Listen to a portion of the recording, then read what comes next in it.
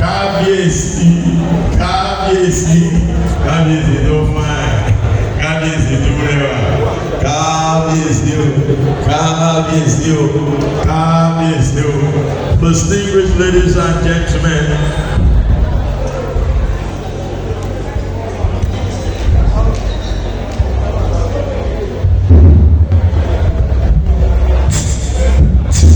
ẹ jẹ́ ká máa lo àkókò yìí láti máa kí bàbá wa His Royal Majesty kábíyèsí aláyélúwà ọba Adéwùmí Adéníjì Odòtàlà di oníbùdó of Ayétòrò Odò Ọ̀tà ìpínlẹ̀ Ògùn. Ẹ bá ń ṣe kábíyèsí o. Bákan náà ká tún kí kábíyèsí bí wọ́n káàbọ̀ sí àárín wa His Royal Majesty kábíyèsí aláyélúwà ọba Babátúndé Àkànní Ṣónọ́lá the Olú of Makurdi Kingdom. Ẹ bá ń ṣe kábíyèsí o. Ọba tó fáìn.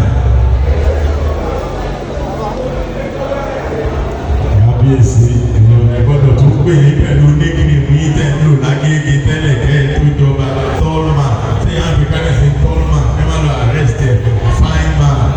Kábíyèsí o. God bless you sir.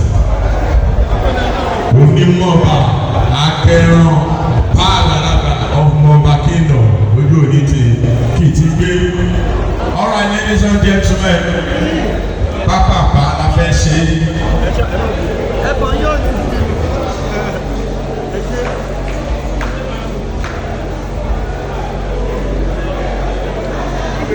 Ọmọ àdínì wọ́n ló ti pẹ́ tẹ́ ẹ ti dé ọmọ àdínì ẹ máa bọ̀ on stage.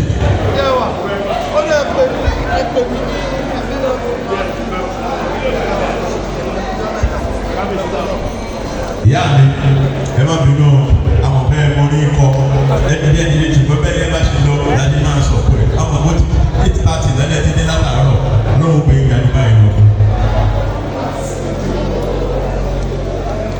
Mo afẹ́fẹ́ wípé ní fẹ́ káwọn èèyàn lùlù acapella lọ́sọ̀ kó lọ́wọ́ mi ti mú fẹ́ mú bẹ́ẹ̀ láti fi acapella sí àwọn tí wọ́n jókòó